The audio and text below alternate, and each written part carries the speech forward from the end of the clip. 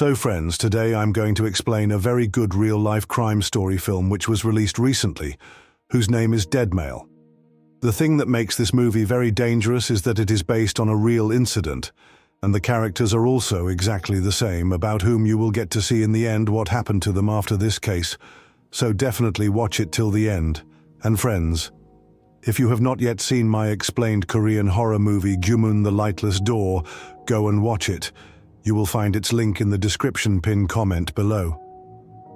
Along with this, I have also explained a very good Indonesian film released recently, whose name is Guna Guna Sri Muda. If you have not seen it, do check it out as well. The movie will be very good and is also very interesting to watch. So now, without any delay, let's go straight to the video. So the story starts in the year 1980, where we see a remote house from which a person tied with chains comes out. That man was crawling forward and he had a mail in his hand. He was going to post that mail in the mailbox. Now somehow that mail, he reaches the box and posts the mail. But then another person comes from behind and hits him and makes him unconscious. After this, we are shown a scene of a postal facility where we see two co-workers, Bess and Anne, who are separating the mails that do not have any address or are missing. Basically, those mails that do not reach the sender or are not delivered or there is an error in their address are called dead mails. Now, while doing this work, Bess gets the same mail that was sent by the person tied with the chain. There was blood on that mail which was put inside the box. Bess is shocked to see this. Actually, it was written inside that mail that "Help me, I have been kidnapped." Along with that, an address was written in that mailbox, but she was not able to write the name of the kidnapper there. Maybe the kidnapper must have seen it before she could write it, and here Bess starts taking it to some kind of prank. Anyway, now, after collecting all the mails, they start taking them to a person named Jasper. Jasper is a mail investigator who finds out the correct address of the dead mails and gets them delivered. After which Anne and Bess, he gives the box of mails to Jasper, who keeps them with himself, and he sees the mail which had blood on it, but he doesn't pay much attention to it. After which Bess and Anne leave from there, and Jasper gets busy in his work. Now, to trace the address, he takes the help of his friend Renee.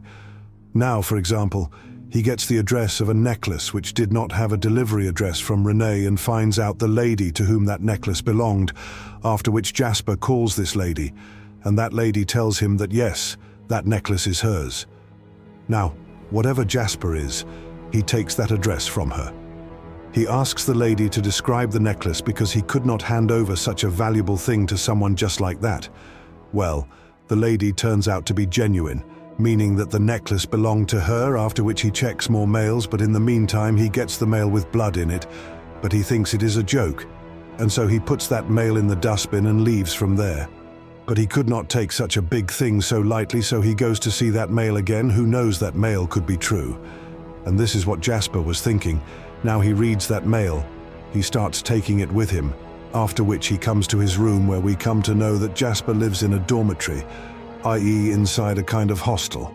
Well, after reaching the room, he checks whether the blood in the mail is real or fake, and then he understands that the blood was absolutely real, after which he goes to take a bath where he meets his new roommate.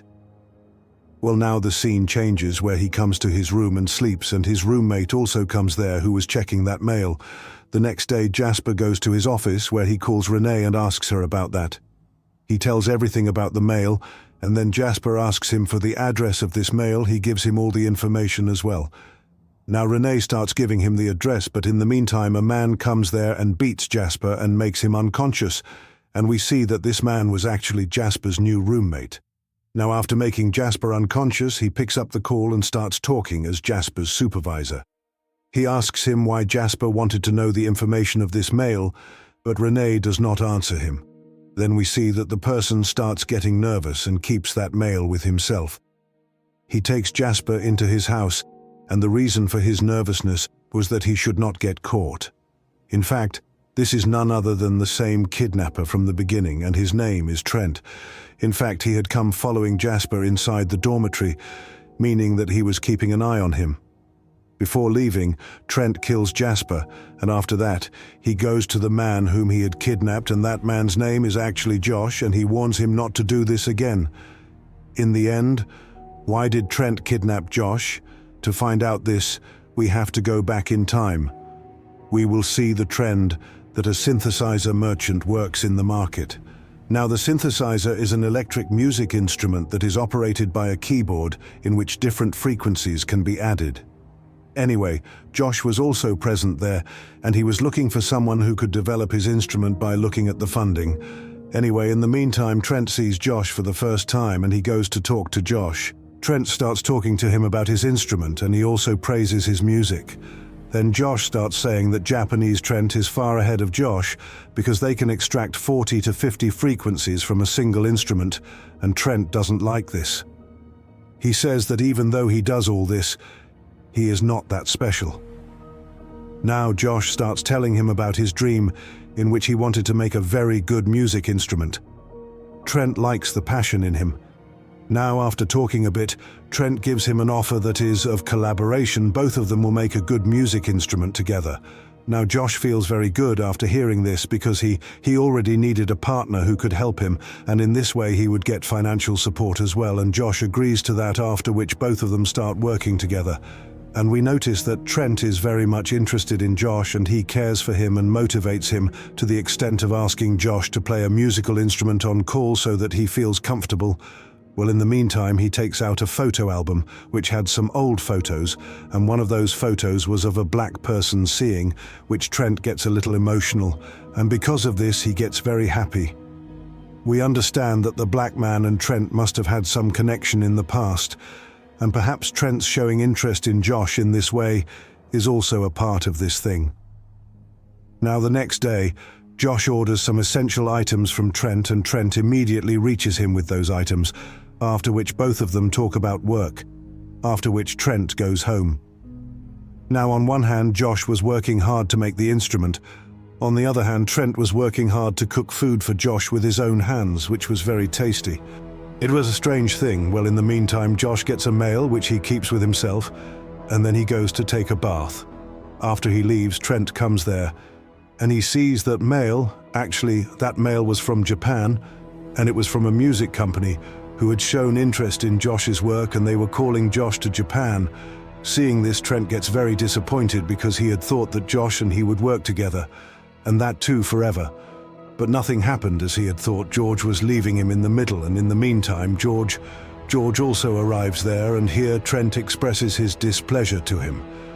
George apologizes to him, saying that he has just received this mail, and he was about to tell him about this, but the real issue was not this. Trent wanted to work together, but this was a golden opportunity for George, and he could not lose this opportunity at any cost. Hearing all this, Trent leaves from there and takes out ice cream from his fridge and starts eating it like crazy, and from this we can guess his frustration. Now, in the next scene, Josh gets a call from Japan, and Josh was very excited to go there. Now we come to know that Josh is going to Japan next week. The company people ask him to measure his instrument, after which Josh goes to measure his synthesizer, but he finds Trent there, but his instrument was not there. George starts asking him about his instrument, and then Trent tells him that he has it, after which Trent starts taking him with him. Well, now he brings Josh to his faraway house, and after this he takes him to the basement where his synthesizer was kept. Along with that, there were some other things as well which Trent had brought for Josh. Seeing this, Josh is very happy, but Trent wanted Josh to stay here. But Josh had to go to Japan. He explains to him that this will not affect their partnership, but hearing this, Trent was very disappointed. He tells Josh that he can pack his stuff. After that, Trent goes upstairs. After packing everything, when Josh starts to leave, he finds the exit door locked. He waits for a while. Later, he realizes that he is trapped here, and he was brought here for this purpose. He understands that there is no use in leaving from here, and there was a window on the ceiling through which Trent could see George. George asks him to let him go from there, but Trent does not listen to him, after which George starts shouting, but Trent tells him that there is no use of this, because no one is going to listen to him here, because there is no house for acres around. Hearing this, George understands that he is trapped here very badly. He could not do anything except begging Trent. Now Trent tells him that he had thought a lot about their partnership, but Josh was leaving him. Josh understood here that there is no use of saying anything to Trent, after which Josh lies there dejectedly. Now Trent makes chicken for him with his own hands and gives it to him. He was using a hole which was on the ceiling to give him food, etc. Well, Josh does not even touch that food. Now Trent then tells Josh a story. He talks about a person who was very close to him, who was actually a sportsman, and he used to play javelin throw, and his name was Reggie. He was very close to him because Trent was also a javelin player. Both of them used to live together like a partner, but one day Reggie had an international competition and he went there, but Trent begged him a lot to stop him, but he did not stop. And after that, Trent became lonely. He wanted to tell how people leave him alone, but this time it will not happen. So friends, in the beginning we noticed Trent looking at a photograph which of a black man, then it was none other than Reggie. And I think this time Trent saw a glimpse of Reggie in Josh now. From all this we can understand that Trent is a little unstable mentally. He tells Josh that he is the best synthesizer and engineer, and he should work here and now. Josh had become completely helpless, so he does as Trent says. Or you can say that he was just pretending to listen to Trent. Well, one day, Josh makes a gas cutter with the help of spray now when Trent sleeps. When Josh opens his eyes, he finds himself in the bathroom where he is tied with a chain, after which he starts making noise, to which Trent says that he was there just like that, will stay until their trust and basement door is not built. Josh started panicking a lot now. Well, meanwhile, Trent was busy fixing the basement door. Then George sees someone outside. He calls out to him, but it is of no use, so he sits quietly. He sees that he was tied to the pipe of the basin. So he tries to free himself, but it is not possible. But what happens is that he finds a sharp piece of tiles which he keeps with himself. On the other hand, Trent fixes the entire basement for Josh. And his instrument too, after which Trent starts going out. Josh is eating food, and after Trent leaves, he tries to free himself. And with great force, he frees himself. After which he crawls where he finds a paper and a note. He writes a note. And this is the same letter which Jasper got in the beginning. Now after this, when Trent comes back home, he sees that Josh has been freed from there. After which he starts looking for Josh, who was near the mailbox. And seeing this, Trent starts stopping him. But in the meantime, Josh had put that letter there, and now after seeing this, he makes Josh unconscious and starts peeping in the mailbox. But Trent will not find that mail, after which he brings Josh inside. And this was the same beginning scene, and this time he glues Josh's hands to the bat top, which is going to be very dangerous. And then he goes to open the mailbox, but it does not open. And then he brings a spray gas cutter. But in the meantime, all the mails inside the mailbox have been taken away by the postal vehicle, after which he chases that car. From there he finds out about a local postal facility where Jasper used to work, and he traced Jasper through the base there, after which he took a room with Jasper and met Jasper. And at night while sleeping he kept the spare keys of Jasper's office with him, and he goes to his office behind him. And this was the time when Jasper was taking the address of that blood mail from Renee. And at the same time Trent goes and kills him, but in the meantime the guard sees him, after which he fires the terror gun on him. But that doesn't affect Trent much, and instead he kills the guard. Now he comes back to the same faraway house where he erases all the evidence, and then he goes to Josh and tells him the problems he had to face because of him, after which he removes his glued hands and ties him up. Now the scene changes where Renee had come to know that Jasper is no more in this world. So he takes out the phone number of that place from the address of that note, which was Trent's, and he calls Trent on the pretext of promotion. But Trent has no interest in her, so he cuts the call, after which Renee calls Jasper's office, where Anne picks the call, on which Anne tells Renee that Jasper is no more with them. But Renee already knew this thing. Actually, a case was going on regarding Jasper's death, which was closed by saying that Jasper was first killed by the guard, and then the guard killed himself. Which means that this whole atmosphere here was created by none other than Trent. And she tells the same thing to Renee. And then Renee says no when the last time. When he called him, someone else was also present with Jasper, and he was not a guard at all. Whoever it was had asked him about a letter, and here Renee was talking about the same blood mail, and here Renee tells him the address of that letter, and gives all the information about the house, and he tells that whoever killed Jasper was someone known to him because he had taken Jasper's name, and at that time, Renee was on call. Well, then we see that Renee, Bess and Anne decide to get justice for Jasper Bess and Anne go to the dormitory where they inquire about Jasper, like who all knew Jasper, but the manager refuses to do so because he cannot give anyone's information.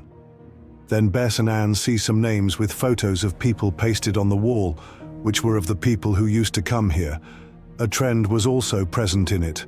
However, they do not notice that, after which Renee finds out the numbers of some people who lived in the same area from where that mail had come, along with that their names were also present there. Now Bess and Anne start searching the houses of that area one by one. On the other side we see it is that Trent was cooking food for Josh, but there was poison present there, and from this we come to know that Trent is going to kill Josh now because he had surrendered before him. Basically, he was not listening to him, due to which there was no other way left except to kill him, because he tried to stop him many times, and now he crossed all limits by posting the letter. But as soon as he went to give him food, someone rings the bell, and here it was, none other than Anne. Now Trent sees Anne from the window and recognizes her, due to which he gets scared a little. He started to panic, but then he opens the door and calls Anne inside. And Bess was watching all this from outside. Now he makes Anne sit there and closes the door from inside, after which he goes directly to the basement where he picks up a hammer and starts practicing how he will kill Anne. That is, he was a complete psycho. Well, in the meantime, Anne sees Jasper's spare key there, and she understands that Trent is the killer. Now after knowing this, she starts to panic. And while panicking, she tries to go out, but the door is closed, so she looks for another way, where she finds Trent's bedroom, where she sees Trent in the basement, after which she accidentally finds George too, and after finding him, she starts to free him, but Trent has arrived there by then, and he sees them both together, after which he tells Josh through the speaker from outside that their partnership is over, and now he is free. And after saying this, he goes somewhere, after which we see Josh coming out of the house, and finally Anne, Bess and Renee together solve the case. But Trent, the killer Trent, was still free.